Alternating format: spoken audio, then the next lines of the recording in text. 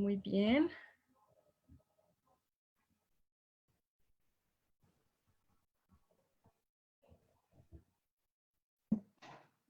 Listo, entonces, bueno, ya estamos en vivo, en esta transmisión en vivo de nuestra segunda charla virtual de autores en la Javeriana. Vamos a iniciar con una breve presentación. Continuamos con un saludo de nuestro director de la biblioteca, Andrés Felipe Chavarría. Tendremos la conversación entre Felipe Martínez y Nicolás Morales y por último una ronda de preguntas y comentarios. Bueno, ya estamos en vivo, en esta transmisión en vivo de nuestra... Entonces, muy buenas noches. Mi nombre es Andrea Ramírez y soy la promotora de lectura de las bibliotecas de la Pontificia Universidad Javeriana. Y hoy quiero darles la bienvenida a la franja de conversatorios, recitales y veladas literarias, charlas virtuales con autores. Este espacio mensual del Plan de Lectura Literario Javeriano que hay para leer, creado por las bibliotecas de la Pontificia Universidad Javeriana, en alianza con la Maestría en Literatura y la revista 2020, busca que los estudiantes, egresados, docentes y administrativos javerianos, así como la ciudadanía en general, dialoguen con quienes han dado vida a obras literarias y conozcan sobre sus experiencias de escritura, sus gustos e intereses literarios. El día de hoy recibimos con muchísima emoción a Felipe Martínez Cuéllar, escritor, librero y gestor cultural, nacido en Bogotá en 1986. Desde 2012 trabaja en proyectos dedicados a la circulación del libro en Colombia. Es autor de las novelas La cosecha y Frontera. Es egresado también del programa en estudios literarios de la Universidad Javeriana. Y nos place darle la bienvenida de vuelta a casa. Felipe, te agradecemos por acompañarnos hoy en nuestra segunda versión de las charlas virtuales del plan. Muchas gracias, Andrea. Muchas gracias por la invitación a la universidad, a su biblioteca. Un saludo enorme para todos y bueno, feliz de estar de vuelta. Mil gracias. Y asimismo nos acompaña hoy Nicolás Morales Tomás, director de la editorial Javeriana. Nicolás es politólogo de la Universidad de los Andes y miembro del comité editorial de la revista Arcadia y revista Pesquisa. Mantiene en Arcadia una columna mensual de crítica cultural. En el 2010 ganó el premio Simón Bolívar de periodismo. Bienvenido, Nicolás. Muchísimas gracias por acceder a moderar nuestra charla el día de hoy. Gracias, estoy súper contento aquí en esta charlita íntima que va a ser muy divertida, va a ser tan divertida como las que podíamos tener presenciales o más, porque la virtualidad nos permite que no podamos golpear al contrincante ni tampoco atacarlo directamente físicamente, sino ser más incisivos con la palabra, porque no hay ningún riesgo, o casi ningún riesgo. Perfecto, Nicolás, muchísimas gracias y gracias porque es también la segunda oportunidad en la que moderas una de nuestras charlas, entonces nos place mucho tenerte de nuevo con nosotros. Bueno, y antes de culminar el evento, les quiero contar que estaremos dando una información sobre las plataformas en las cuales podrán hacer la compra online de las obras de Felipe Martínez, así que por favor no se desconecten. Las preguntas también se van a responder al final, así que podrán escribirlas quienes están en nuestro chat interno por el chat y quienes nos siguen en Facebook Live podrán hacerlo a través de los comentarios, nosotros los estaremos recogiendo. Antes de iniciar, le quiero ceder la palabra a Andrés Felipe Echavarría Ramírez, director de las bibliotecas de la Pontificia Universidad Javeriana. Bienvenido, Andrés, y muchas gracias por acompañarnos hoy. Andrea, muchas gracias. Muy buenas noches a todas las personas que nos acompañan. Muchas gracias, Felipe, de nuevo, por aceptar nuestra invitación. Igual, Nicolás, muchas gracias por aceptar estar acá, compartir y a su vez traernos tu punto de vista para poder sacarle lo que más podamos a Felipe en esta velada. Agradezco muchísimo también el trabajo que viene haciendo Andrea con nuestro programa que hay para leer. Es un programa que viene desde hace un poco más de un año. Queríamos integrar diferentes unidades de la universidad, todos en torno a la lectura, en torno a cómo aprovechamos el ocio, pero al máximo en temas de lectura, el cómo la lectura se vuelve un potencial para poder entonces participar en un mundo tan convulsionado como el que estamos viviendo el día de hoy. Es una actividad muy bonita porque es un trabajo que se viene haciendo con estudiantes, con niños, con egresados, con profesores y integra todo alrededor de un elemento muy lindo que son las letras. Este espacio ya es un espacio que se ha vuelto habitual, es un espacio donde Nicolás ya nos ha acompañado en varias ocasiones, pero a su vez donde hemos compartido con otros autores y con más personas. Hoy vamos a sacar el máximo provecho, Felipe, animo Nicolás, a las personas que están acompañándonos y que también quieran compartir por este medio todas sus inquietudes y a su vez todas sus opiniones. Así es que doy mi bienvenida a todo este espacio y agradecimiento a todo el mundo por estar acá. Andrea, te doy el espacio nuevamente para que puedan continuar y le doy desde luego el protagonismo a Felipe y a Nicolás. Bienvenidos. Muchas gracias. Andrés, muchísimas gracias. Un placer contar contigo hoy. Espero que disfrutes también de este evento.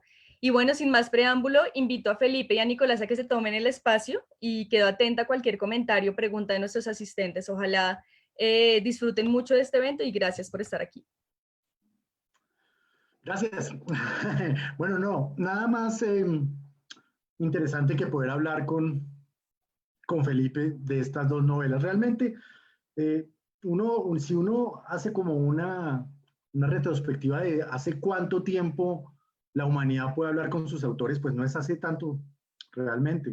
La mayoría de los autores canónicos del siglo XIX, aparte del XX, no tuvieron estas oportunidades de estar en vivo frente a una cantidad de personas que puedan conectarse desde muchas partes del territorio para saber como un poco la arqueología, para comprender un poco las prácticas etnográficas del autor, para poder como adentrarnos en la génesis de una cosa tan complicada como es escribir un libro, porque es realmente de las cosas más difíciles que hay, y la escritura es probablemente el Everest más grande, el monte sacro más impresionante que pueda tener un intelectual, y más en lo literario.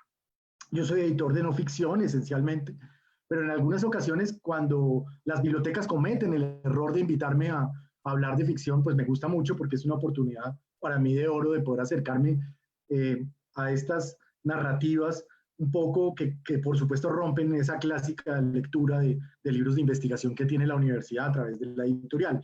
Aquí estoy entonces con un autor que me gusta mucho haber descubierto, digamos, aunque ya tenía noticia de él, un poco, y me gusta mucho que me hayan presentado como columnista de Arcadia, porque ya no lo soy, esencialmente porque Arcadia ya no existe. Entonces, eso me gusta porque hay una cosa que es reveladora, y es que en Arcadia empecé a seguirle la pista a Felipe. A Felipe, evidentemente, lo conocía en su otra cara, porque Felipe es como una especie de Superman, tiene como unas capitas ahí que se pone, está lejos de ser ese escritor ortodoxo como podría ser un Tomás González o un Hugo Chaparro, que son esencialmente escritores y están totalmente dedicados a la escritura y viven de eso. Podremos hablar más adelante de eso. Sino que Felipe tiene evidentemente una gran reputación como librero, como curador de librerías y como curador de eventos feriales. Y eso le da como una perspectiva distinta, porque es un autor mucho más, digamos, en una línea general, yo podría atreverme a decir, mucho más empático con lo que es los otros autores. Es decir, porque los ha tenido que soportar, porque ha tenido que trabajar con el ego de las personas que lo rodean en la organización, evidentemente, y en el conjunto de lo que significa organizar una librería. Y eso es súper bonito porque le da otra perspectiva. Pero, y entonces, hablando un poquito de Arcadia, ahí fue cuando empecé a mirarle y a decir, hombre, este señor no solo está en esa línea, en ese frente, que es un frente muy rico y que yo creo que no voy a atrever a decir cualquier cosa, adelantarme, pero que Felipe disfruta, pero es una persona que también es. Y evidentemente, en ese sentido, La cosecha fue una novela que fue registrada por Arcadia de manera muy rápida y que tuvo, digamos, un impacto que yo creo que fue interesante.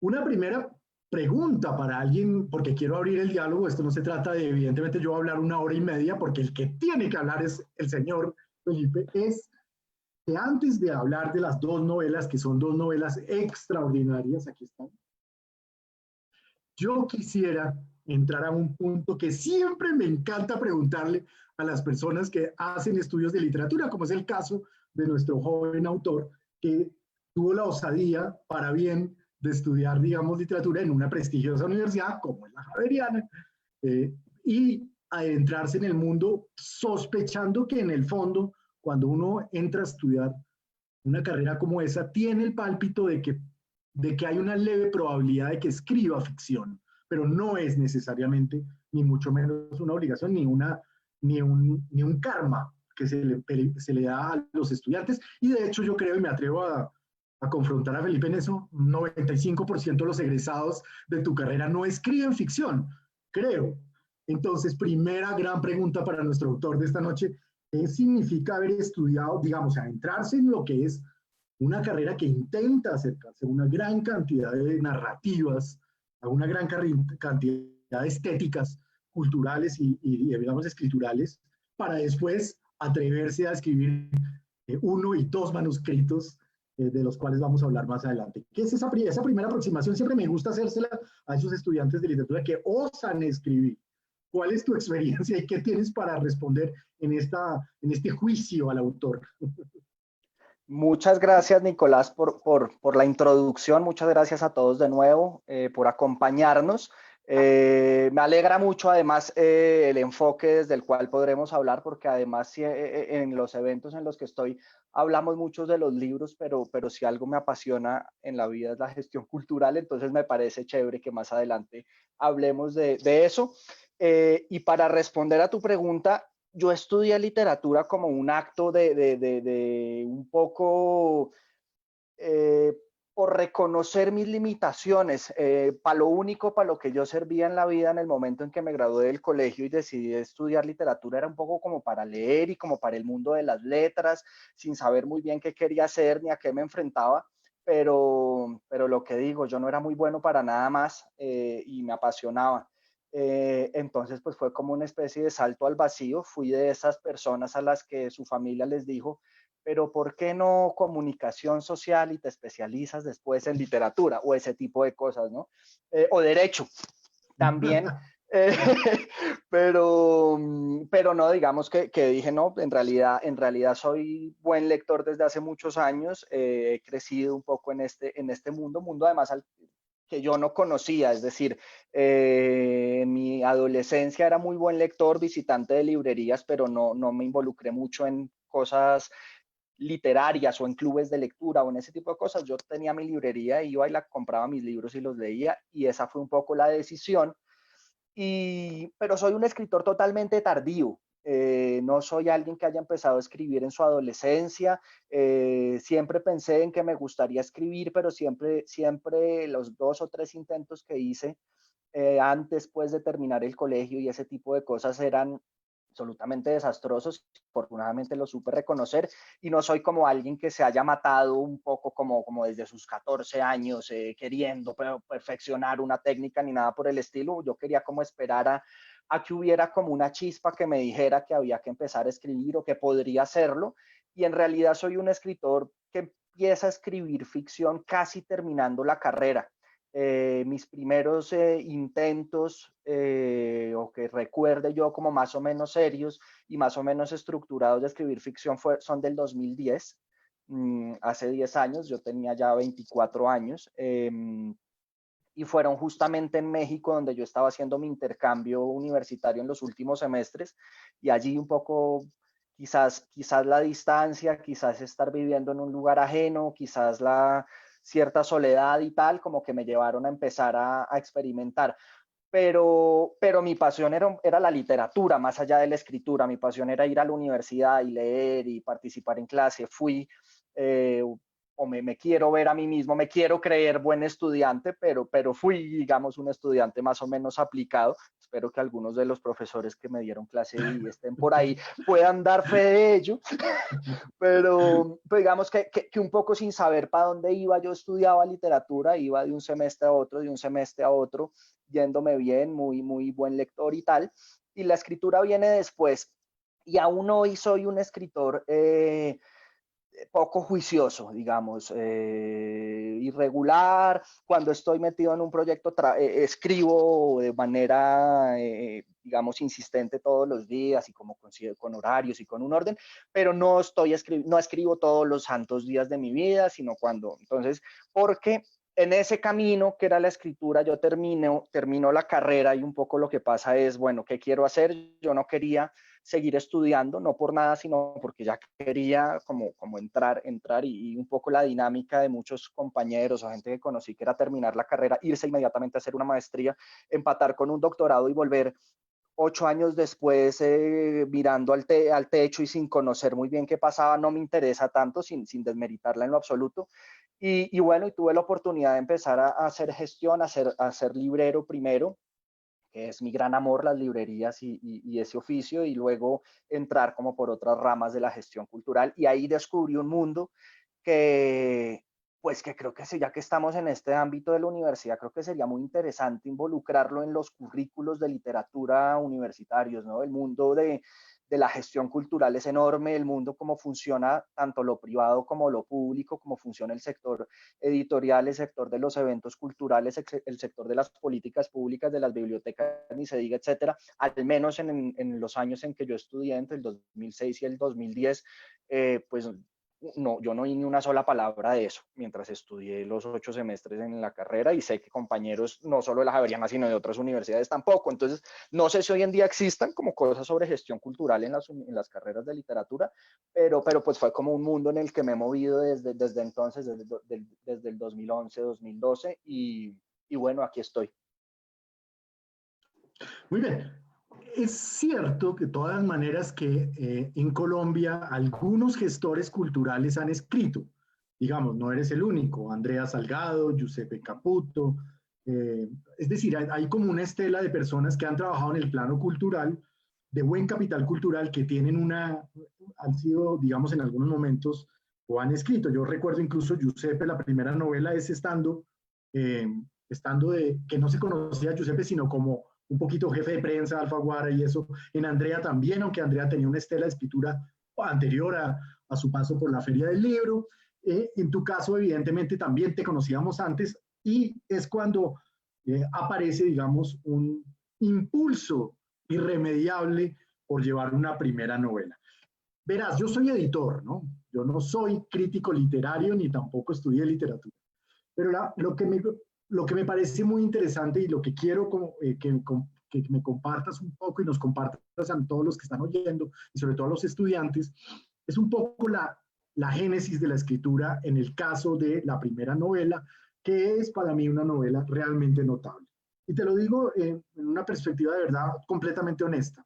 Es decir, una de las grandes dificultades para los colombianos en estos momentos, y yo diría que desde hace algunos años, es identificar óperas primas de valor.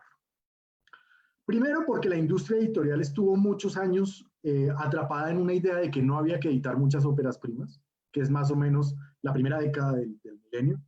Y después con la idea de que al no haber como un conjunto de críticos tan fuertes y unas revistas literarias tan poderosas, digamos, muy poca crítica literaria en el Malpensante de libros puntuales, y algunas cosas en Arcadia, pero no tan suficientemente sólidas como para identificar una revista que hacía una juiciosa revisión de qué autores nuevos aparecían. Entonces, yo tengo ese problema. Las novelas nuevas colombianas que siempre me han interesado, las pierdo y me toca es acudir a informantes.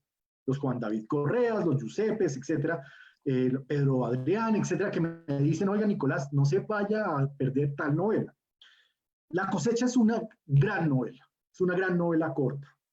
Entonces, y voy a la pregunta un poco, que después también lo trabajaremos en Frontera, un poco la génesis de la escritura. Porque, claro, al tú leer un canon colombiano en la carrera y después como librero, pues estabas a tus anchas. No es el caso del escritor que se dedica a hacer talleres de mecánica y escribe un gran libro, un poco amparado en el propio talento y un poco en la versatilidad de la escritura, sino aquí tienes como un eje referencial que, hablando con amigos este fin de semana, pues para un poco nutrir esta charla, hablaban un poquito de Tomás, por supuesto, y de Belio. En el caso.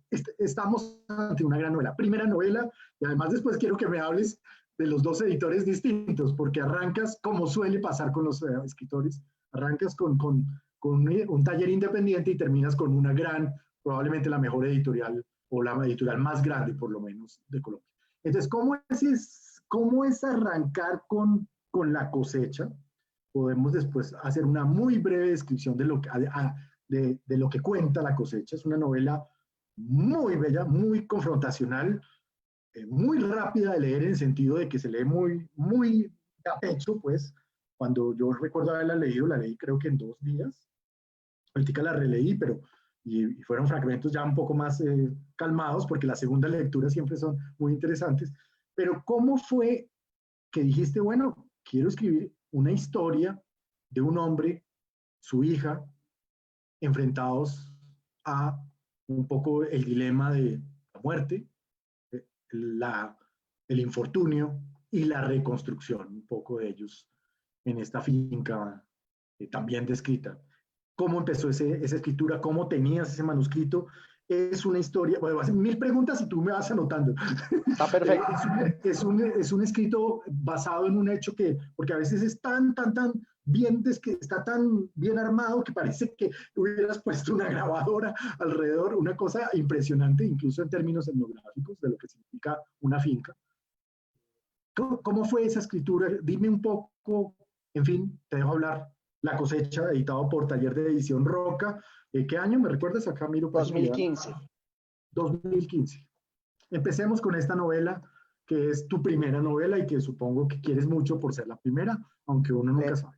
Le tengo un enorme cariño a La cosecha, un enorme cariño.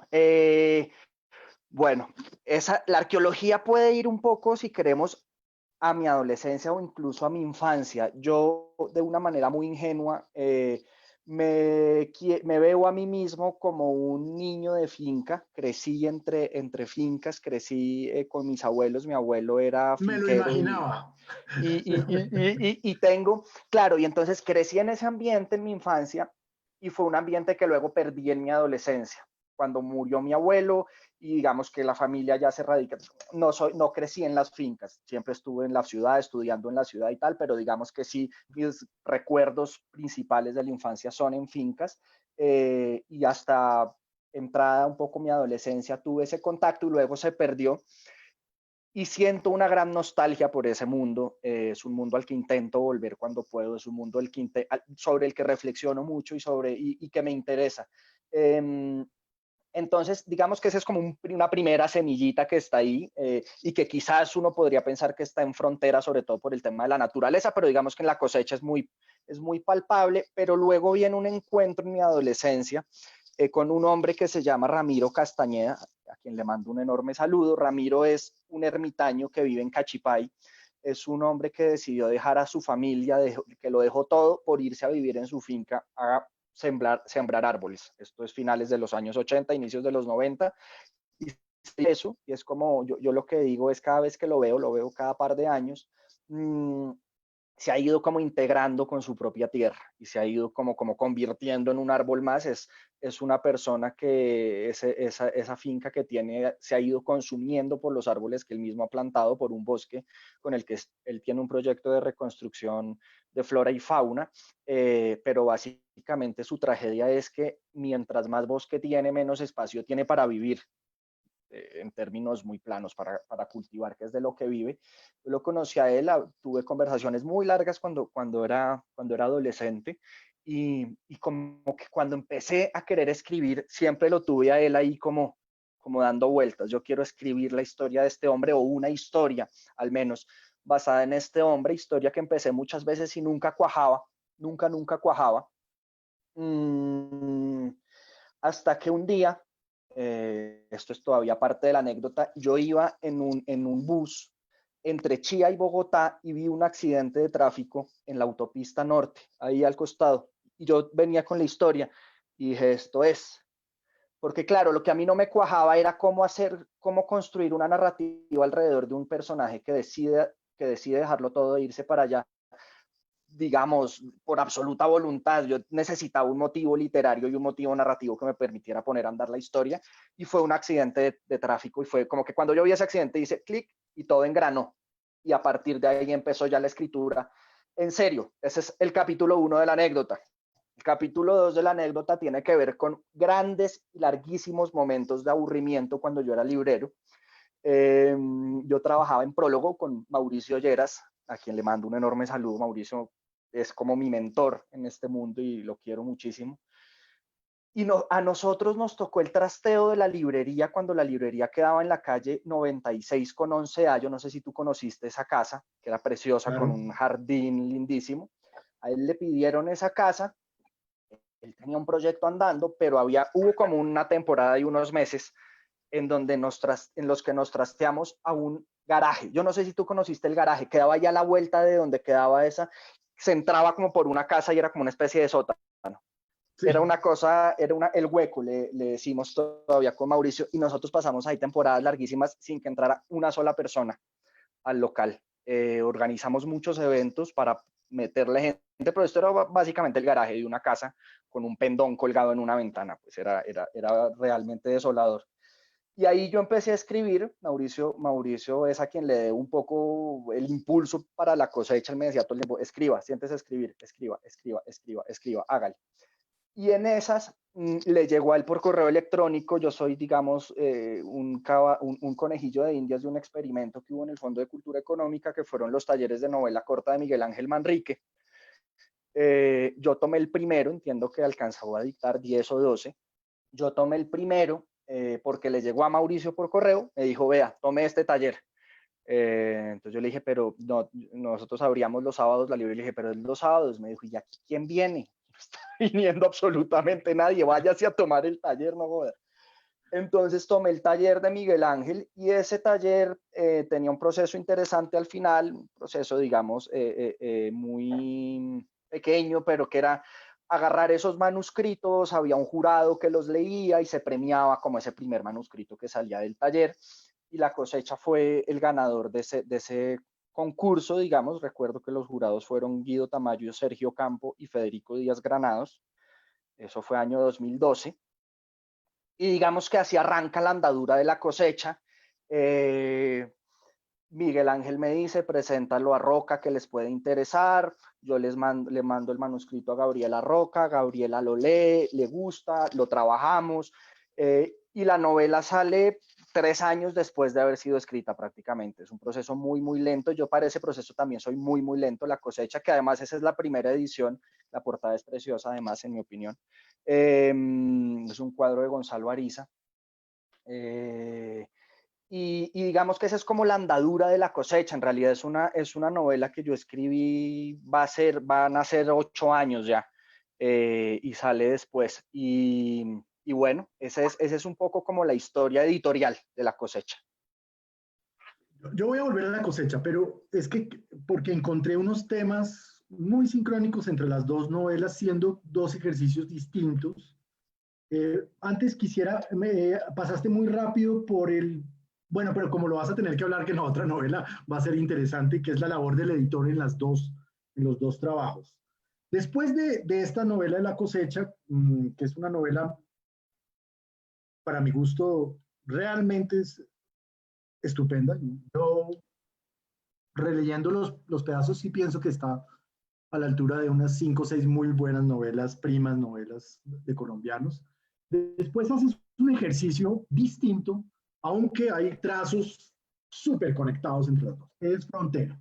Aquí está, editada por Alfaguara, porque La Cosecha después tiene unas ediciones de Planeta, ¿o de quién? Planeta Lector, en el catálogo que tienen ellos para Plan Lector, para colegios, sí. Claro, porque también es una novela espectacular para público, o sea, exacto, es todo el público.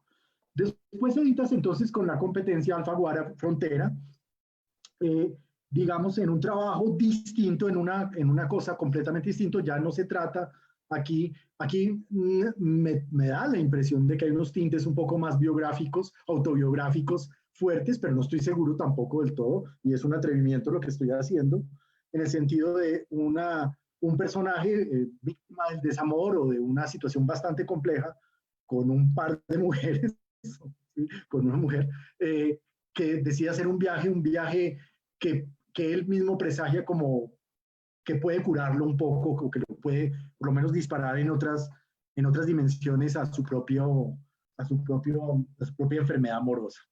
Y es muy, muy sorprendente porque haces una novela que para mí tiene una gran cantidad de páginas etnográficas en el sentido más claro de lo que significa la región fronteriza del Amazonas, muy bien escritas, supremamente bien hiladas, con dos personajes esenciales, aunque primero no pareciera tan importante como es este profesor que tú encuentras y al que después supongo que le das gracias, aunque no sé qué tan personaje es, porque hay unas cosas muy bonitas de él, y esta mujer que es absolutamente extraordinaria, que uno siente en esa relación tan poderosa, a pesar de que no se diga tanto en estos 6 o no sé cuántos días que recorren río arriba unos parajes y donde el personaje se confronta a sí mismo de una manera muy, muy interesante. Es una novela para mí escrituralmente, si quieres, un poquito más perfecta que La cosecha, a pesar de que yo tendría más afecto por la primera, porque me pareció supremamente poderosa en términos narrativos. Pero igual quiero hablar de eso. ¿Cuál es entonces la historia de La Frontera? Y después vamos a hablar de las dos, de unos 4 o 5 temas que quiero que confrontes ya de fondo en relación al contenido de las dos novelas. ¿Cuál es la historia entonces de esta novela? Me da la impresión que cualquier editor juicioso de una editorial grande como Alfaguara y Planeta, después con Juan David, porque Planeta tuvo un tiempo en que no le interesaba mucho la edición colombiana, se hubiera interesado en ti después de una novela como La cosecha. ¿Fuiste presionado o cómo fue la escritura de esta segunda y por qué se la entregas a Random y cuál es un poquito como la historia la misma historia que escribiste que nos contaste para Su cosecha? Cuéntanosla para Frontera. Bueno, primero decir que yo también le tengo, creo que más cariño a La cosecha que a Frontera. No por nada que tenga que ver con lo literario, sino como por algo. Frontera es un poco una descarga de cosas emocionales complicadas que hacen que sea una novela un poco más violenta, si se quiere, podemos entrecomillar ese violento, que La cosecha.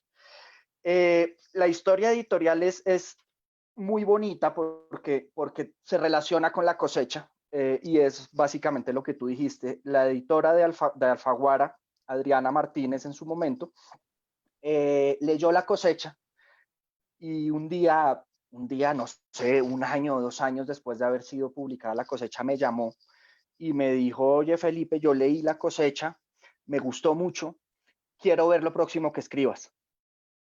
Y yo le dije: bueno, listo, estoy quizás empezando con algo, pero no hubo ninguna presión. Digamos que entre esa llamada y Frontera pasaron 3 o 4 años fácilmente. Y el proceso a través del cual nace Frontera es muy similar a La cosecha, en el sentido en el que lo que tengo primero es un paisaje al que quiero ir desde la escritura. Cuando yo empecé a trabajar en el sector público en el 2015, mi primer trabajo fue coordinando un programa de promoción de lectura, pues digamos, en el que no me detendré porque era sencillo, del Ministerio de Cultura en la Amazonía orinoquía. Y tuve la oportunidad de viajar muchísimas veces al Baupés, al Guainía, al Bichada, al Guaviare, a Putumayo, al Amazonas.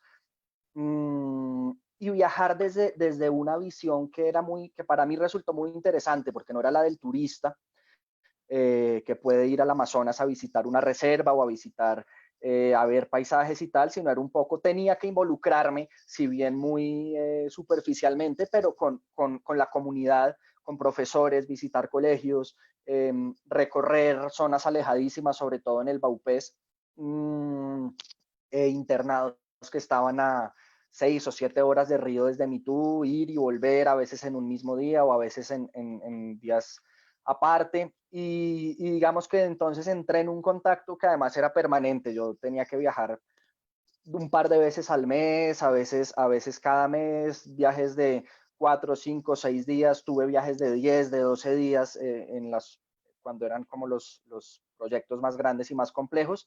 Entonces fui teniendo un contacto con la región, que es una región, además, desde que eso terminó en el 2007, he vuelto 3 o 4 veces por mi cuenta a visitar otros lugares, porque yo quedé como es como un poco un vicio la selva, y voy como a recargarme un poquito y a ajustar las tuercas y ajustar las neurosis cuando veo que muevo la pierna demasiado rápido todos los días mientras trabajo. Digo, ya es hora de volver a la selva.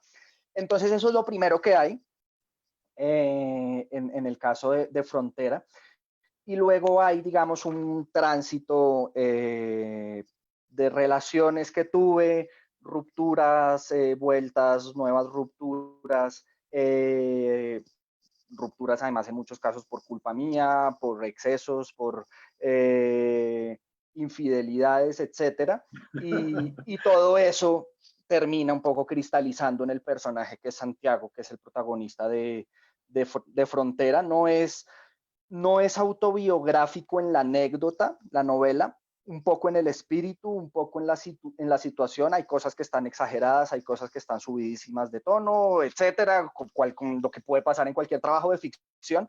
Pero digamos que lo que hay ahí es un paisaje físico y un paisaje emocional. Era un poco lo que yo quería construir con esa novela. Es una novela que a mí mismo agarrarla y repasar algunos pasajes digo, puta, como que le tengo un poco más de distancia, pero ese es un poco el origen de Frontera. El trabajo editorial fue realmente extraordinario.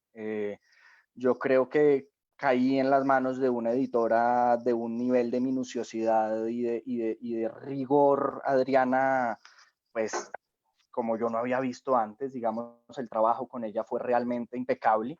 Eran horas y horas sentados viendo página a página, y ella con una lectura además totalmente incisiva, pero a la vez panorámica, ¿no? Esta capacidad de relacionar una página con una página que estás 25 adelante o que estaba 30 atrás, y fue un trabajo realmente enriquecedor para mí. Lo que le decía es, como escritor, esto es realmente una clase absolutamente magistral de cómo se hace la literatura y cómo se construye. Y también fue un proceso lento. Yo no, como decía antes, así como soy de poco juicioso al escribir, soy de poco afanado al publicar. Creo que mal haría si fuera de otra manera. Creo que mal haría si me tomara mis tiempos y si esperara como a escribir algo y después estar uno queriendo publicar una cosa al año o algo así.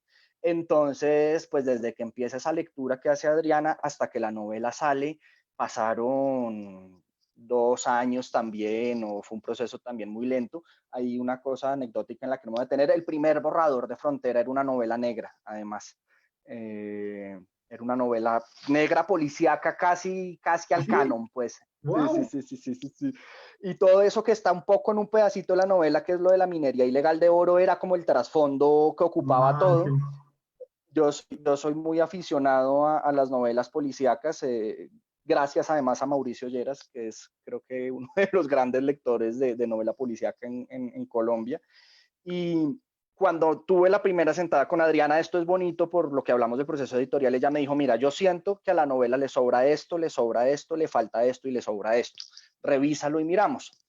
Me senté, lo revisé, dije, Adriana tiene razón, estas eran las mismas cosas que a mí me disonaban en la novela, y cuando fui a ver, eran las cosas que hacían justamente que fuera una novela negra. Entonces fue un poco como, quizás no lograré escribir nunca esa novela negra, la corrí, la quité esos pedazos, hubo que reescribirla porque parte del proceso me implicaba cambiar de narrador en toda la novela, y ahí fluyó, y fue como, ahora sí, esto es lo que yo quería contar, una novela más íntima, más personal, casi una historia de amor sin serlo.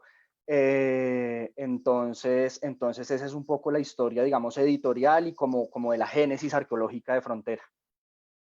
Sí, vamos un poco a las cosas que me parecen muy interesantes de las dos, porque claro, en el ejercicio comparativo no se trata de hacer una clase de literatura comparada, ni mucho menos, entre dos ejercicios que son distintos en tiempo, incluso en las técnicas narrativas, porque en La cosecha utilizas una fórmula que es muy interesante, que es la de dos voces, la voz evidentemente de el padre y la voz en un tono de diario de una hija que relata más o menos los eventos vistos como en un paralelismo muy interesante de dos personajes sobre una misma situación.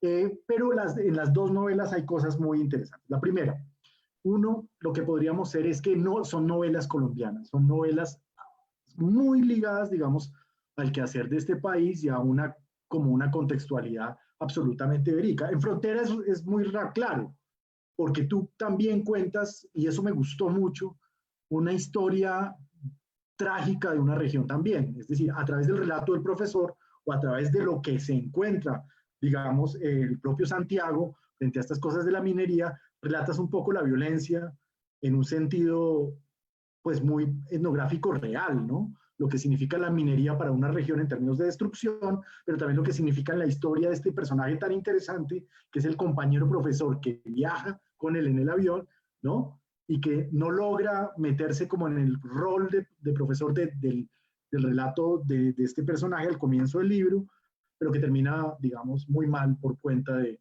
historias del narcotráfico en la región. Eso para Frontera, pero para La Cosecha también está la violencia metida, porque nada más impactante que la manera como tú nos vas contando casi que una historia negra, que es esta, para los lectores, no quiero chiviar las novelas, no voy a hacer eso, pero hay un robo muy importante de 4 vacas en la finca de nuestros personajes, y el mayordomo decide hacer una investigación por su cuenta, un poco caóticamente, y los resultados son trágicos. Entonces, me pareció que ese cruce de las dos novelas tiene mucho de colombiano, porque evidentemente ahí está la violencia en su más sentido, casi que uno siente la presencia paramilitar, y ese es el trasfondo en La Cosecha en la región, ¿no? Y también en la presencia probablemente de guerrillas, no está muy claro, de actores armados que están por ahí. Entonces esa es una primera gran cosa. Dos, porque voy rápido porque me está cogiendo el tiempo. La confrontación a la naturaleza. Son dos novelas en las cuales tú describes un estado natural frente al hombre, digamos, una finca, pero que es también la selva, en el fondo, que es la selva que también se come al personaje, porque las cosechas no resultan, porque hay un caos, porque etcétera, y en el caso de la frontera, porque la selva se traga un poco todo, ¿no? Y es tan impresionante y tan exuberante, que el personaje mismo se siente pues atrapado en esa cosa. Tres, me interesa que también hables un poco de la mujer, del problema ahí, un poco de esos personajes femeninos que son muy interesantes.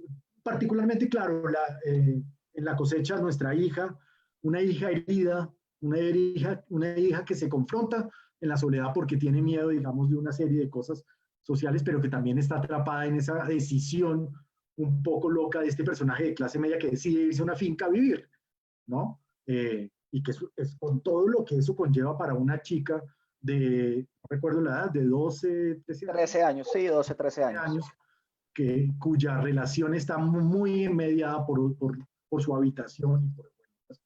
En fin, te pongo unos temas como para que conectemos estas dos cosas, que son dos ejercicios, repito, distintos, en dos momentos distintos también de tu vida, supongo, y que no quiero de todas maneras confundir al lector, porque va a terminar esta charla diciendo, ¿qué compro? Frontera, cosecha, no cosecha. No, son distintas, pero esos temas me parecieron muy interesantes que los conectes para ver por qué esas obsesiones del escritor y qué está ahí, ¿no? Algunas cosas ya les dijiste, pero si quieres ahondar en otras. Sí, son temas, de hecho además son temas que de una manera consciente cuando inicia la escritura yo digo, no quiero tocarlos, yo quiero contar la historia de este padre y de esta hija solos, y yo no sé si es un poco un sino de los escritores que queremos narrar este paisaje y narrar muy localizadamente, quiero decir, el paisaje en el que se mueven nuestros relatos, y que terminan siendo historias que casi que se imponen, ¿no? En el caso de Frontera, surge también de una mezcla de historias reales, historias que me contaba a mí mi abuelo, de cosas que le habían pasado a él en sus fincas, y de casos que, oyéndolo a él en mi adolescencia y oyendo después personas a lo largo de mi vida, es casi como una especie de regla no escrita, esa violencia arbitraria del campo, porque en muchos casos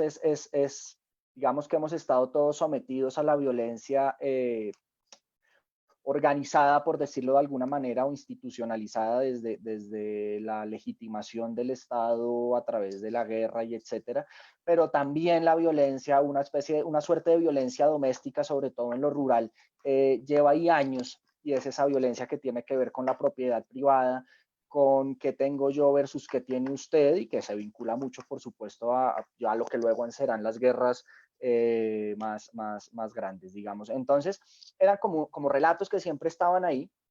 Yo creo que cualquiera que haya tenido contacto, su familia, que haya tenido una finca durante más de, no sé, 15 o 20 años, le habrá pasado algo similar, o de robos, o de asaltos, o de la famosa corrida de la cerca, ¿no? Que puede llevar a consecuencias trágicas. Entonces es un poco algo que se va imponiendo, y que hace parte, tristemente hace parte de las lógicas de nuestra ruralidad.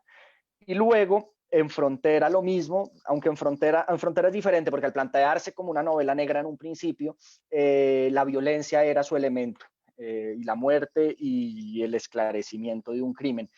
Y lo que queda en Frontera, que no quise sacar, quizás sea un capricho mío haber dejado ese episodio, que es la visita que hace Santiago, el protagonista, con Magdalena, la otra protagonista, que es una periodista, a un campo arrasado por la minería de oro. Pues fue algo que quise dejar porque también estuvo presente siempre en mis viajes. Es un tema voces en la región, en la Amazonía, la deforestación por un lado y la minería ilegal de oro por otro. En Colombia quizás menos, en Perú es brutal, y en Brasil también, pero en Colombia hay muchísima violencia, y es una violencia que además conlleva prostitución, microtráfico de drogas, de armas, contrabando, etcétera, etcétera. Digamos que esto se va convirtiendo en una especie de gran bola de nieve. Y a través entonces de estos personajes de Frontera se meten esas historias. Primero, una historia de narcotráfico, que es la historia de esa región en los años 80. La Amazonía fue un poco una suerte de pequeño santuario para el narcotráfico en Colombia. Era una zona que por su situación geográfica tan aislada era perfecta, pero a la vez no era la ideal, justamente por lo mismo. Entonces tenía como que no hubo allí una explosión de narcos, pero hubo capos, hubo violencia. Yo narro ahí el asesinato de un corresponsal, del corresponsal del Espectador en Leticia, que es un asesinato real, etcétera. O pues no lo narro, lo menciono, mejor dicho. Y digamos que era una situación de violencia que está ahí, sobre la cual casi que ni tuve que investigar, si te soy sincero. Está todavía, la gente la recuerda, la cuentan, la toma de MeToo, me la contaron a mí, a alguien que estuvo toda esa noche del 98, noviembre del 98, debajo de su cama, escondido, oyendo cómo caían los tanques de gas en la estación de policía, etcétera. Entonces, digamos que eso también, si uno pretende una historia que se remonta 30 años en el tiempo, que es la historia que narra el profesor a inicios de los 80, pues eso está, y hay que buscarla, y se mete. Quise hacer un contrapunto con la actualidad, ¿no? ¿Qué pasa ahora? No estamos ante una región ni mucho menos idílica, ni mucho menos paradisíaca, cada vez menos, además, llena de problemas sociales, en la cual la minería ilegal de oro es uno de los principales. Y hay algo que a mí sobre la minería ilegal de oro me causa muchísima fascinación en un mal sentido, y es la capacidad que tiene el oro para hacerse invisible en el mundo después de que lo extraen de la tierra. Entonces, eso lo narra Santiago en un solo párrafo en esa parte, y es como, y están las investigaciones, sale ese oro llega a las ciudades principales a través de contrabandistas y a través de todo el sistema de tráfico, que además está auspiciado por grupos paramilitares, por partes corruptas del ejército, por mismos narcotraficantes, pero estos gramos de oro llegan a Cali, llegan a Bogotá, llegan a Medellín, llegan a Barranquilla, se funden con oro legal. Ese oro legal después es exportado a París, a Nueva York, o a Zúrich, o a donde sea, y termina convertido en joyas de Cartier. Y nadie supo, porque rastrear eso es absolutamente imposible. Entonces es algo que me causa una morbosa fascinación, esa capacidad tan voluble del oro. digamos que el tema de la violencia es eso, creo que es un tema que se impone a veces y que según la época que uno quiera contar, según el paisaje que uno quiera retratar en la novela, va a tener que ser tocado de alguna forma, con más o menos fortuna. Eso con respecto a lo primero, la violencia. Lo segundo era la figura de la mujer. En la primera novela, en La cosecha, el personaje de María, que es lo que tú dijiste, una preadolescente que sufre un accidente, que sufre unas cicatrices en el accidente en el que muere su madre, unas cicatrices en el rostro, y esto la lleva a replantearse casi que su imagen ante sí misma y reconstruir su vida, no solo en términos de la cotidianidad a la que se enfrenta y de cómo dejó el colegio, dejó su vida en la ciudad, dejó a sus amigos y entra a vivir en una finca, en el encierro, en un mundo en el cual incluso los ritmos temporales son distintos porque dependen de otras condiciones y de otros referentes, sino también ante ella misma. Ella se ve al espejo y es otra persona diferente, entonces eso implica reconstruir su imagen en un momento además de transición. Entonces son como todas las transiciones. Ella en un momento de la novela le llega el periodo y es también cómo enfrento esto ante un papá que está desconectado de la realidad y que es un papá Eso es muy bonito, eso es que muy bien está descrito, es muy conmovedor eso. todo el día, muchas gracias, todo el día en el jardín mirando sus flores y esta niña con este cambio en el que está empezando a vivir. Entonces era un poco como, yo quería también hacer ahí un contraste entre un ser que es Enrique, el papá, cuya parte de la novela además está narrada en tercera persona adrede, porque yo lo que quería era silenciarlo a él, sumirlo en el silencio más absoluto, y por eso hay una tercera persona. Él casi no habla en la novela, mientras que a ella, que es como este ser joven que está sufriendo de verdad los tránsitos iniciales de su vida, le quise como dar la voz y que ella llevara un poco la voz cantante en este episodio. Entonces eso sería como con respecto a La cosecha. En Frontera creo que es más complicado para mí incluso de explicarlo, porque además Frontera fue una novela escrita como con, no sé si es rabia la palabra, pero como con una cosa más visceral. Es una novela a la que han acusado, si se quiere decir, de cierta invisibilización a la figura de la mujer, y creo que pues creo que hay una razón ahí más o menos. Es decir, el personaje es lo que es, y el personaje es un personaje que es narcisista, que es egocéntrico, que está un poco encerrado en sí mismo y encerrado en sus propios demonios y en sus propias concepciones de la vida, que son un tanto egocéntrica, si se quiere. Es un poco un millennial confundido, si queremos hacerle caso a lo que él piensa Alonso Sánchez Baute.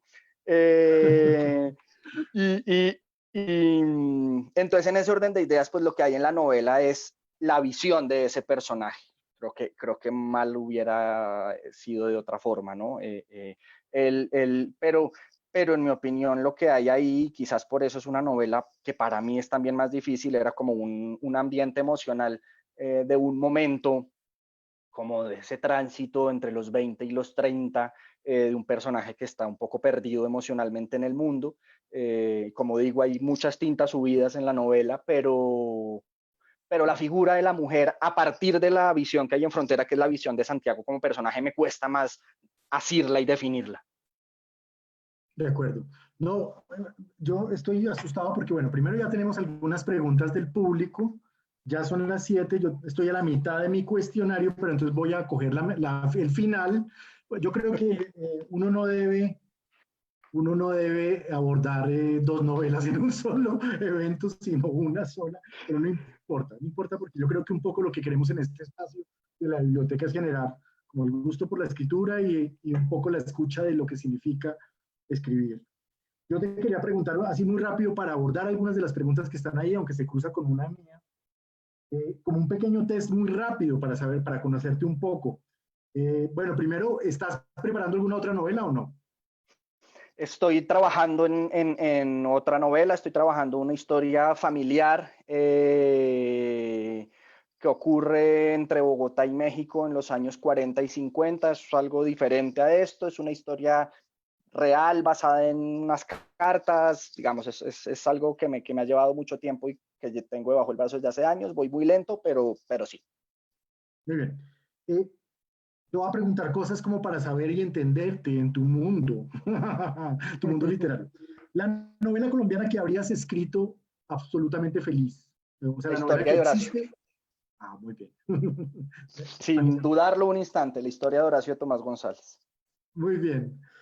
Porque evidentemente lo que un poco uno percibe ahí también es que es una... Cuando mi madre me preguntó ayer que cómo me había parecido Frontera, porque me dijo que a ella La cosecha le había parecido que había sido como una novela, y le dije sí, como si haber leído un tono más distinto, más juvenil, me dijo. Ya. Muy bien. Bueno, muchas gracias. Para mí es pues el mayor elogio que me pueden hacer. Muchas Bueno, gracias. si te castigara un dios maligno, ¿qué novela te habría hecho escribir? Colombiana. Colombiana. Sí. Está muy difícil de responder, Claro, porque pero tienes una imagen pública y tienes que protegerla. no necesariamente, porque no me acuerdo tanto ahora como de algo así que yo haya dicho, lo dejo tan así. No sé si califique como novela, pero la padecí muchísimo, de Sobremesa de José Asunción Silva. Ah, muy bien, sí. Bueno, elegante, saliste muy bien, librado. Te quiero preguntar cuál de las dos novelas quieres más, aunque ya lo respondiste, pero vuélvelo a decir. La cosecha. Muy bien. Yo también prefiero, me gusta mucho tu ejercicio de la cosecha. ¿Cuál de las dos novelas fue mejor recibida? No sé, no sé por qué. Digamos que tengo un grupo de amigos lectores, buenos lectores, muy amigos, algunos de ellos muy honestos que me han dado sus opiniones. Algunos les ha gustado más Frontera, otros les ha gustado más La cosecha, pero digamos que tiene que ver también con un poco como asumo yo mi figura de escritor, que empata un poco con lo que hablábamos al principio cuando mencionaste algunos otros colegas que también hacen gestión. Yo me veo primero como gestor cultural y después como escritor, no al revés.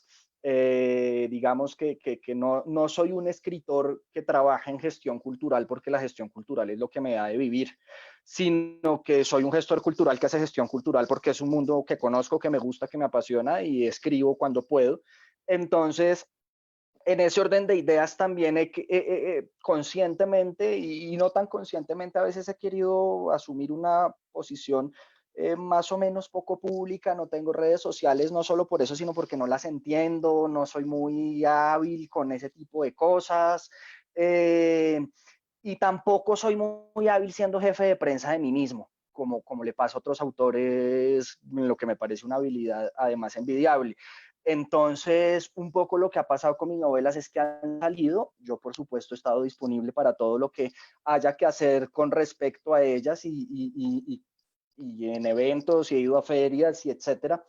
Pero digamos que no tengo como un seguimiento. Sé que a La cosecha en la edición de colegios de Planeta, por ejemplo, le ha ido bien.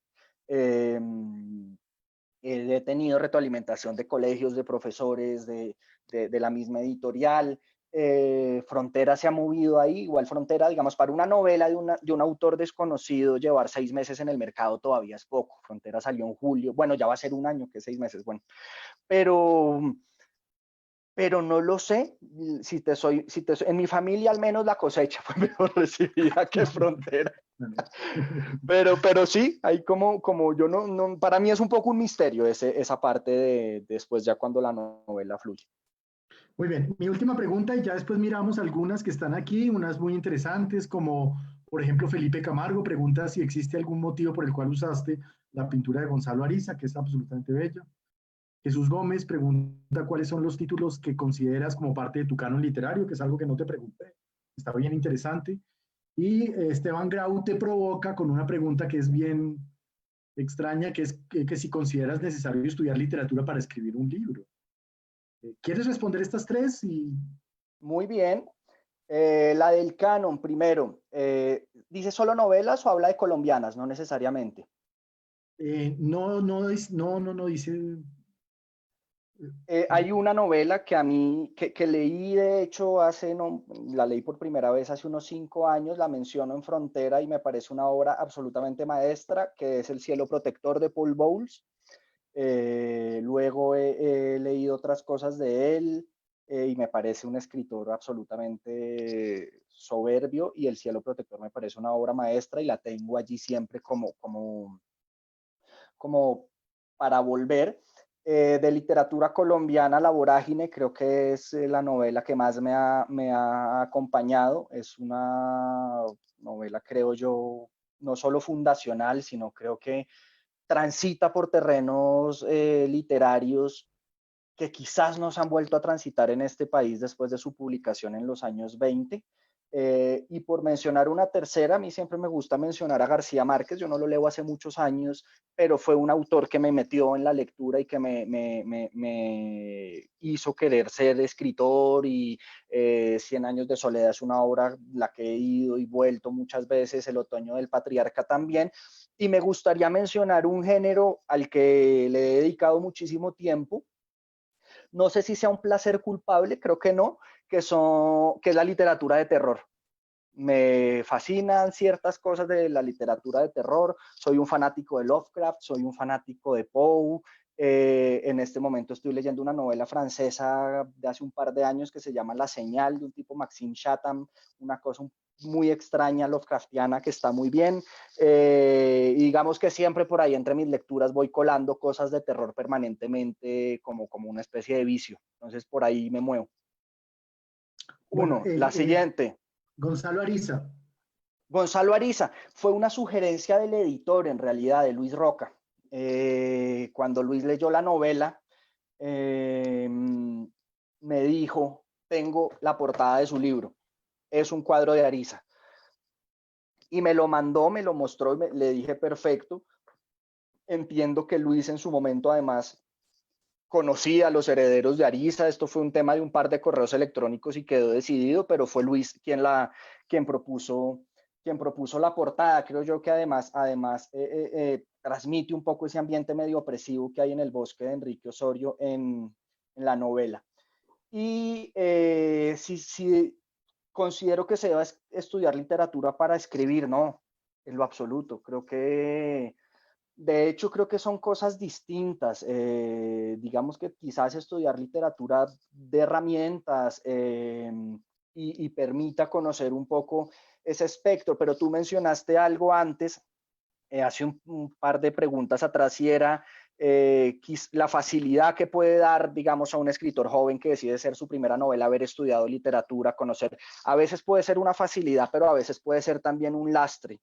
Esta idea de cómo me inserto en un canon, qué se ha hecho, qué no se ha hecho, qué puedo hacer, qué se está haciendo actualmente. Quizás alguien que sea, no sé, abogado o ingeniero o qué sé yo, guardabosques, no tenga esas preguntas, y esas preguntas a la vez no sean lastres, y la libertad puede ser mayor. Esa es una forma de verlo, creo yo, que puede ser por ahí, pero no creo que sea necesario estudiar literatura para escribir en lo absoluto. Muy bien. Andrea o Lucía nos dicen que de pronto hay una fórmula para que algunos de nuestros asistentes pregunten con su propia voz bajo el micrófono. Si no aparecen estas preguntas, yo remato con otras dos que tengo por acá. Pero me gustaría saber si alguien quiere hacerle una pregunta a nuestro autor invitado hoy en la biblioteca.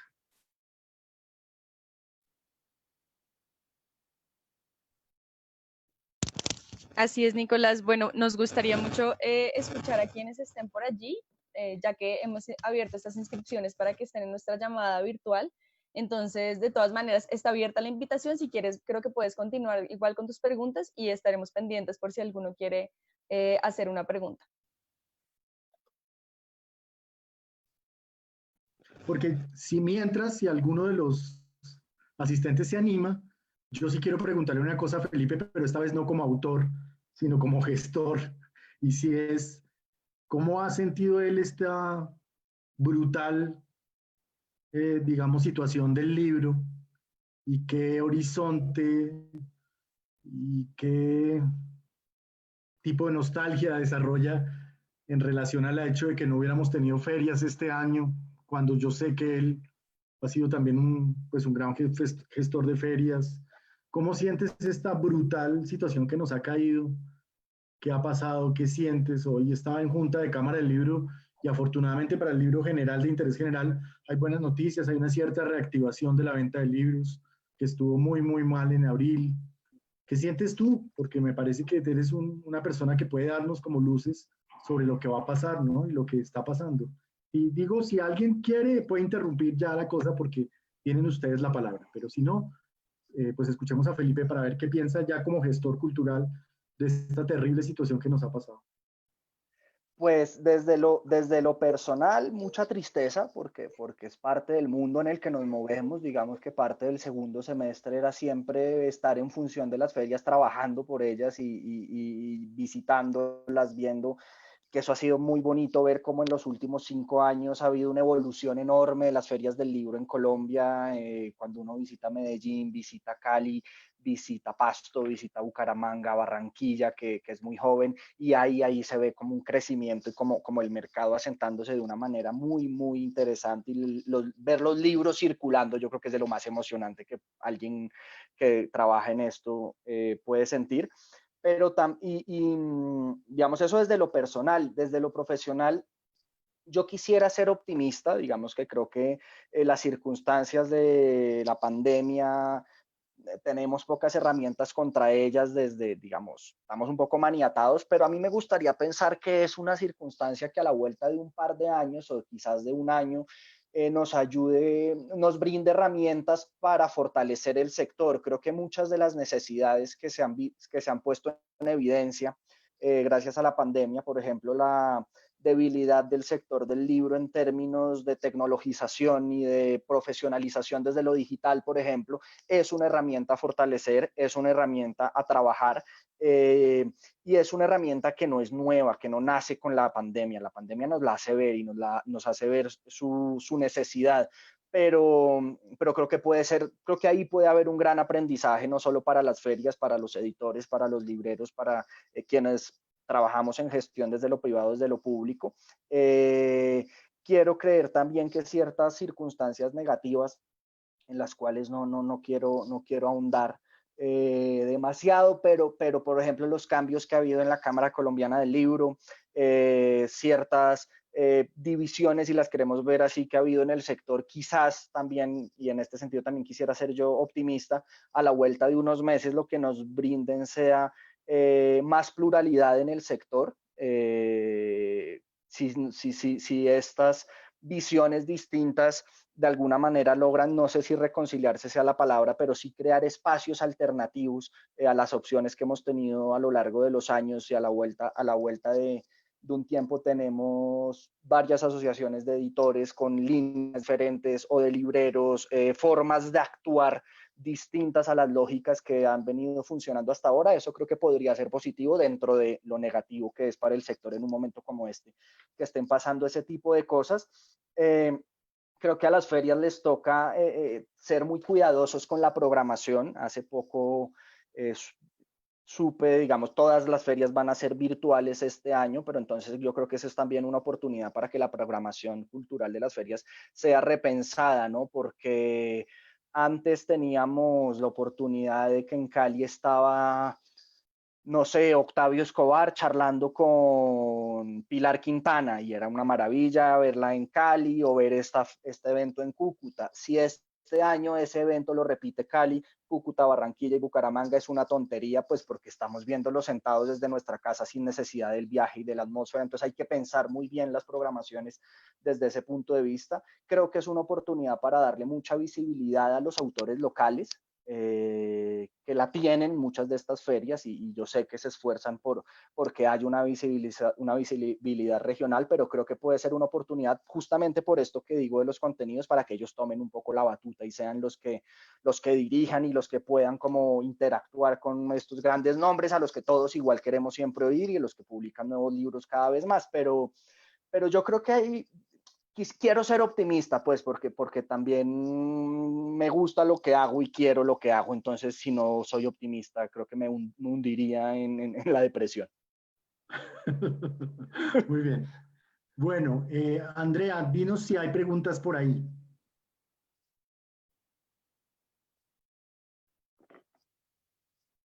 Bueno, no, por el momento no tenemos otra pregunta, entonces si quieres puedes continuar tú, Nicolás. Seguimos Bueno, invitando a quienes están por allí en la llamada a que nos acompañen, que pues queremos escucharles, ¿no? De todas maneras y escuchar sus preguntas. bueno, porque sí hay una cosa que, digamos, importante en la construcción de un escritor, es un poco la referenciación de lo que la gente dice sobre las novelas. Creo que tú, me parece muy bonito que La Cosecha haya sido, y quiero que nos cuentes un poquito de eso, comprada por Planeta, porque hay se invoca digamos, una posibilidad de que el libro, en el caso de La Cosecha, sea un libro que pueda ayudar a lectores, digamos, ayudar no, a, a tejer conversaciones con lectores jóvenes. En el caso, me parece que puede ser cierto, aunque hay algunos fragmentos de La Cosecha que son fragmentos duros, ¿no? Digamos. No digo en el sentido de herir sensibilidades de estos lectores, sino que también pues, son encrucijadas muy de una cierta mirada madura de la vida, ¿no? De la vida tan compleja. En el caso de Frontera también lo pensaba ayer, y es, yo pondría este libro como bibliografía asociada a lecturas de no ficción sobre la selva. Es decir, si a mí me dijeran, haga un canon de ficción y no ficción para interesar a unos estudiantes sobre la literatura de la selva, que es de hecho una materia que dicta, por ejemplo, Javier Fandiño en El Carro y Cuervo, yo pondría este libro al lado también, y si es el caso de algunas cosas más etnográficas clásicas como de Alfredo Molano, o estas clásicas historias de la colonización, un poco que van por ahí. Entonces yo creo que esas como dos vertientes que me gustan mucho pensarlas, ¿no? Uno como apoyo a una bibliografía de libros de no ficción sobre la selva, que creo que complementaría muy bien, porque además tienes unas descripciones absolutamente bellas y preciosas y precisas de lo que significa un poco la selva. Y en el segundo caso, una novela que yo no diría que es una novela para público juvenil, que a mí me lo preguntan, pero que puede eventualmente invocar estudiantes jóvenes. Esa es como una Sí, apreciación, pero creo que hay una pregunta de algún adelante. escucha. Bueno, tenemos varias cosas. Piden la palabra por aquí Esteban y Juan Camilo Guiterle, y tenemos una pregunta también desde Facebook. Entonces, arranquemos con quienes están pidiendo la palabra por aquí. Te escuchamos, Esteban, y luego Juan Camilo. Hola, buenas noches a todos. Muchas gracias, Nicolás. Muchas gracias, Felipe. A lo largo de lo que ha sido toda esta discusión me han resuelto muchísimas de las dudas que tenía. Realmente, muchísimas gracias por eso. Yo ahorita fui el que hizo una de las preguntas. Me gustaría saber, Felipe, con todo el proceso de La Cosecha y Frontera, ¿has escrito para ti o has escrito para las personas? Quiero decir, en un sentido, ¿has escrito y has estado satisfecho con lo que has escrito, o has escrito y te has frustrado porque sabes que en cierto modo, comercialmente hablando, tienes que quedar bien ante los demás? Muchas gracias, Esteban.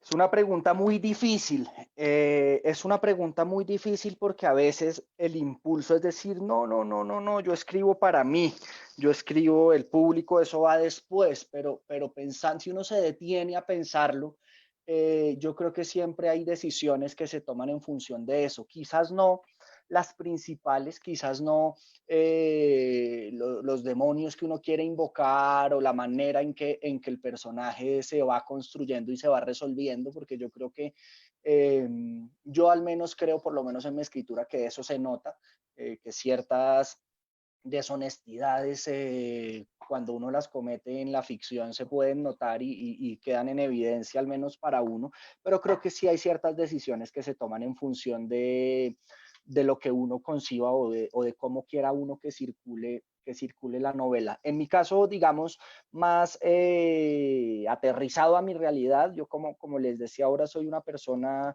que le he hecho muy poco seguimiento a las novelas después de que han salido, que no tengo redes sociales, que no soy demasiado activo en el mundo de la opinión literaria y en el mundo, digamos, del libro.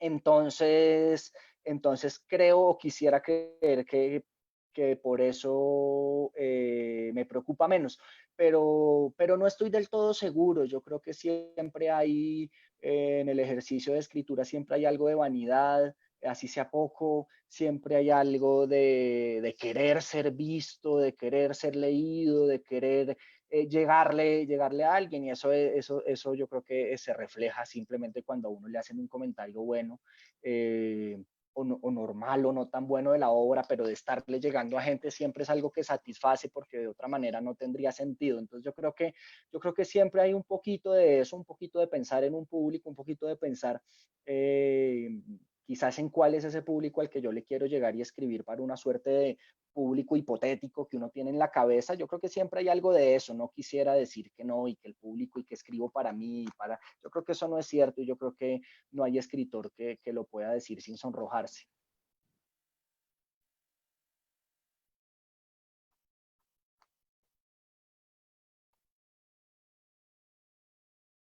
Juan Camilo creo que quería hablar.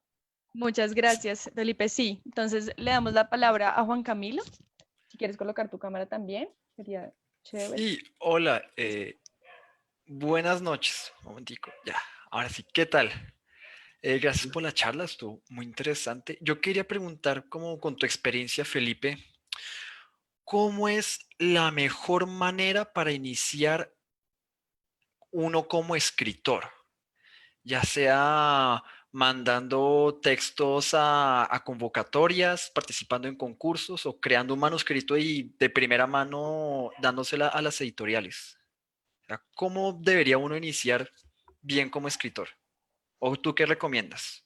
Es una muy buena pregunta. Yo quisiera empezar diciendo algo, y es que cuando los editores reciben un manuscrito, Nicolás, tú me corregirás si estoy equivocado, pero yo creo que es así: ese manuscrito es leído, es decir, como que hay la idea de que los editores solo leen los manuscritos que les llegan de sus grandes autores o de los autores que ya tienen firmados. Yo creo que por lo menos en las editoriales más serias, pequeñas, medianas y grandes, hay un compromiso de cara a los escritores, aunque sea un primer manuscrito, y los manuscritos son leídos y son No, revisados. Entonces, digamos que yo incluso creo que... diría yo, Juan Camilo, que los editores, las óperas primas son las más leídas y las más trabajadas. Hay una Exacto. cosa que es fundamental, y lo digo en las clases de gestión editorial, y es que la actitud del editor frente a la ópera prima, en general, es una actitud mucho más desafiante que con el autor establecido. Porque cuando tú recibes un manuscrito que no es tan bueno de Tomás González, tienes muchas dificultades para invocar, digamos, el cambio, la ruptura, porque puede ser peligroso en vista de que el autor puede decir, pues si no les gusta, yo me voy y soy Tomás González. En el caso de las primeras novelas, son novelas súper leídas, mucho, incluso a veces excesivamente. El pobre autor tiene que defenderse bajo todos los parámetros, a veces con editores muy duros, a veces novelas muy buenas que han sido incluso dañadas por editores no tan sagaces. Y yo creo que ese ejercicio, como lo cuenta, y, y, y es extraordinario como la manera como los editores nutren, pero a veces complican la vida. Entonces, en esas primeras novelas son más leídas. A mí me provoca decir que es más bien las novelas un poquito, la octava o novena novela de un autor más consagrado, que me preocupa a veces que no son leídas. Exacto, de acuerdo, totalmente. Entonces yo creo que esa primera idea, la idea de que yo mando un manuscrito y es que nadie lo lee y eso se pierde, es falsa. Y he conocido a muchos editores y trabajado con muchos que están, además que están expresamente queriendo cazar esa primera magnífica novela y queriendo publicarla. Entonces esa ruta por decirlo de alguna manera, la ruta tradicional existe y es válida. Los concursos, por supuesto, son también otra manera de poder circular. Lo que pasa es que, digamos, a un concurso de novela inédita pueden llegar fácilmente 200 manuscritos para un solo premio, entonces pues es una lotería mucho más difícil. Sin embargo, su pregunta, Juan Camilo, me da la oportunidad para hablar de algo con lo que no quiero quedar mal, pero yo creo que es necesario decirlo, y es la necesidad de autocrítica cuando escribimos. Yo he sido jurado de varios concursos de novela inédita a lo largo de mi vida, y en muchos casos, en muchísimos casos, yo diría que en un porcentaje alarmante de casos, lo que llega son novelas que todavía necesitan muchísimo trabajo de parte del autor. Son muy pocas las que uno lee y uno dice, esta novela es una novela que está lista para pasar a un editor, y de todas maneras tiene fallas, tiene temas estructurales o lo que sea, pero está para editor. En un porcentaje alarmante son novelas que un autor ha querido o terminar de afán para mandar al concurso, o simplemente la ha tenido ahí, no la ha revisado, la escribió de un tirón hace 10 o 8 o 5 años o los años que sea, y ahí la dejó y entonces la mando a ver qué pasa, etcétera. Yo creo que ahí hay también, y esto es, yo creo, un mea culpa a los escritores, y me incluyo, tenemos que trabajarle mucho más a nuestros manuscritos, tenemos que sentarnos con ellos, tenemos que dejarlos reposar, volverlos a leer, tener lectores que los lean, eso es súper importante, el lector de confianza, el amigo, etcétera, que los lea, etcétera. Entonces, también yo creo que parte de ese run que es que los editores no leen las primeras novelas y simplemente las reciben y las rechazan con un correo muy polite y muy educado, tiene que ver con que somos poco autocríticos los escritores, y a veces somos perezosos, y pongo el somos porque yo creo que a todos nos ha pasado por querer publicar rápido, etcétera. Entonces yo creo que hay un poco de parte y parte. Los editores leen, cometen errores como todos en esta cadena y como todo el mundo, pero los editores leen, los concursos son también una opción, pero nosotros como escritores tenemos que revisar una y mil veces nuestros manuscritos y ser muy autocríticos con ellos. Muy bien. Lucía, tú Muchas querías... gracias. Listo, Juan Camilo. Lucía, ¿tú querías hacer la última pregunta, la de coda final a nuestro autor, o ya terminamos?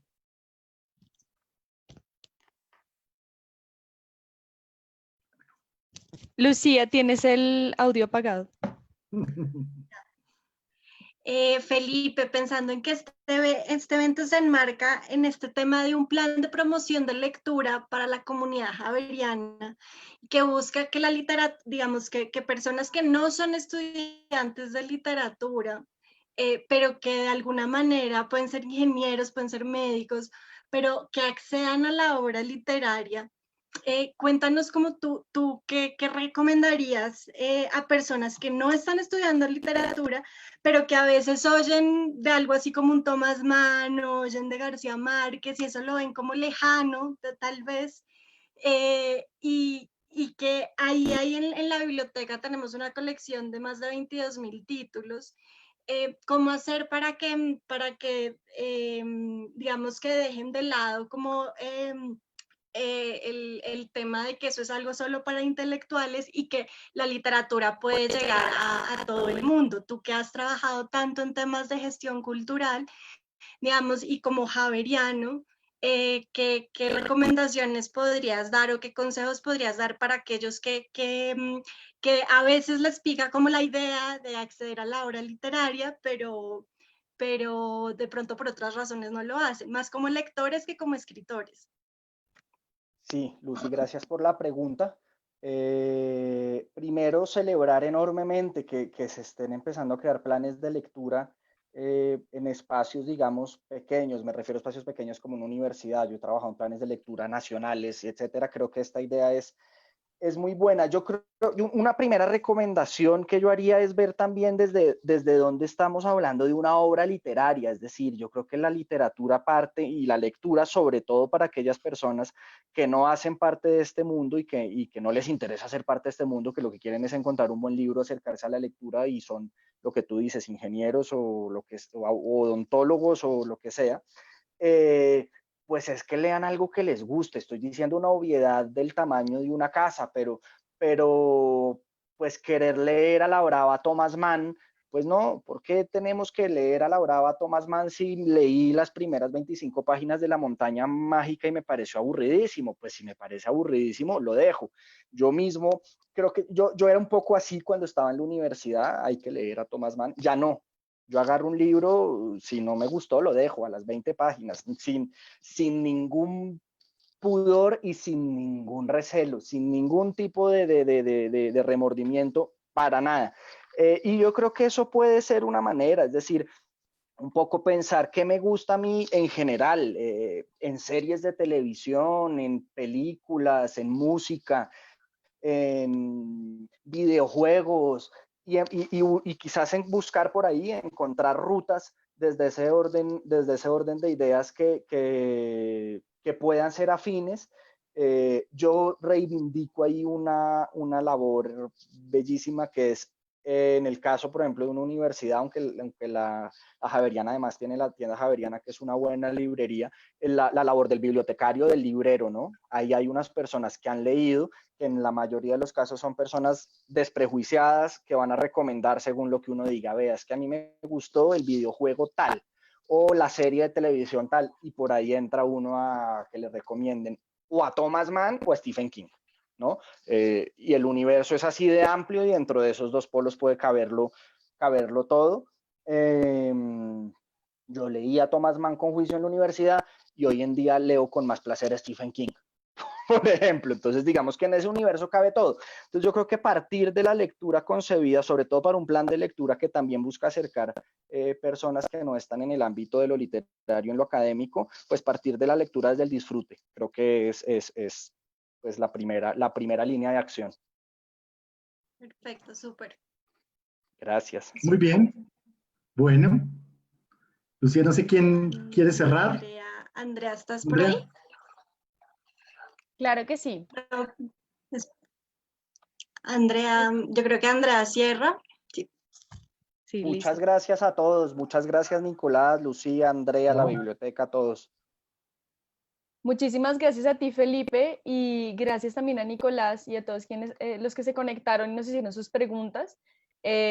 Vamos a dar entonces por terminada esta charla maravillosa, esperando que de todas maneras nos encontremos en otra oportunidad, que consigan las obras de Felipe, y para eso les voy a dar la siguiente información, que allí las está recomendando Nicolás y han sido ampliamente recomendadas durante toda la charla, los que se hayan quedado con las ganas de leerlas. Y para eso entonces les invito a seguirnos en nuestra página de la Javeriana, javeriana.edu.co/biblos. Allí van a encontrar, dentro de las noticias de la biblioteca, una nota especial dedicada al evento de Felipe Martínez, en donde se encuentran los enlaces correspondientes para la compra online. Para eso también tienen la opción de hacer la compra por la tienda Javeriana. Pueden escribir a sugerencias @javeriana.edu.co. Allí consiguen la obra de Felipe.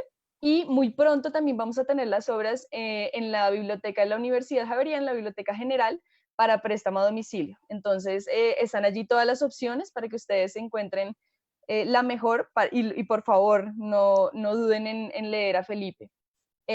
Quisiera también invitarles a que nos sigan en nuestras redes sociales. Nos encuentran como bibliotecas PUJ, @bibliotecas PUJ, en Facebook, Twitter e Instagram. Y antes de cerrar, darle la palabra a Juan Camilo Guiterle de nuevo, quien ahorita nos hizo una pregunta y quien hace parte de la revista 2020, una de las organizadoras de este evento, para que nos cuente, nos haga una pequeña promoción de la revista. Gracias, Andrea. Sí, pues nosotros en 2020 nos encantan estos eventos de la biblioteca porque pues son promover la cultura, promover la escritura y también motivar a la gente a escribir. Y pues aquí en 2020 puedo compartir pantalla, ¿verdad? No, aparentemente no. Regálame un momento y ya te doy la opción rápidamente. Listo, Juan Gracias. Camilo. Gracias. Sí, entonces aquí en la revista 2020 nosotros abrimos convocatorias para publicar revistas y recibir textos de autores, tanto jóvenes como adultos, estudiantes como profesores. Ya no tienen que estudiar literatura para poder escribir, como vemos acá. Entonces, nuestra última convocatoria de color ya está que cierra, quedan 24 días y pues, mejor dicho, los que quieran participar con un texto, un poema, un ensayo literario o tal vez un ensayo dramatúrgico, pues pueden darle, pero quedan 24 días, así que pónganse a teclear y sáquenle chispa a esa pluma, porque el tiempo está que apremia. Y también queremos avisar que el número que tenemos de nuestro cuarto número, el de tiempo, está a nada de publicarse, entonces estén atentos y si quieren saber más, pueden seguirnos en nuestras redes, que son en Instagram como Revista 2020 o en Facebook como 2020 Publicación. Y muchas gracias por venir y pues gracias a Felipe y Nicolás por la charla que ha estado súper interesante y más que nada motiva mucho a leer tus libros, Felipe, es que sí suenan muy buenos y muy inspiradores. Muchas gracias, Juan Camilo, muy amable. Ahí quedamos en contacto para lo que necesiten. Muchísimas gracias, Juan Camilo. Preguntan que si esta revista es solo para estudiantes de la Universidad Javeriana. No, no es solo para estudiantes de la Universidad Javeriana. La convocatoria está abierta para estudiantes de cualquier universidad y de cualquier parte de Colombia. Muchísimas gracias, Juan Camilo. Y de nuevo, gracias, Felipe, gracias, Nicolás. Como saben, siempre, bueno, esto no va tanto para Nicolás porque por supuesto que es bienvenido en la universidad, pero bienvenido tú también, Felipe, siempre como egresado, esta es tu casa y esperamos tenerte en un próximo evento también. Les agradecemos a todos por su asistencia a la segunda charla virtual de Autores en la Javeriana y esperamos verles muy pronto. Muchas gracias, Andrea, gracias a todos, Nicolás. Nos quedó faltando tiempo, pero pues bueno, buenísima la charla y a todos un gran abrazo, cuídense mucho y gracias por habernos acompañado. ¿Y mis firmas? ¿Cómo le hacemos? Un Rappi. Muy bien, gracias por todos, gracias. Un abrazo. Gracias, Nicolás, gracias. Hasta luego. Chao.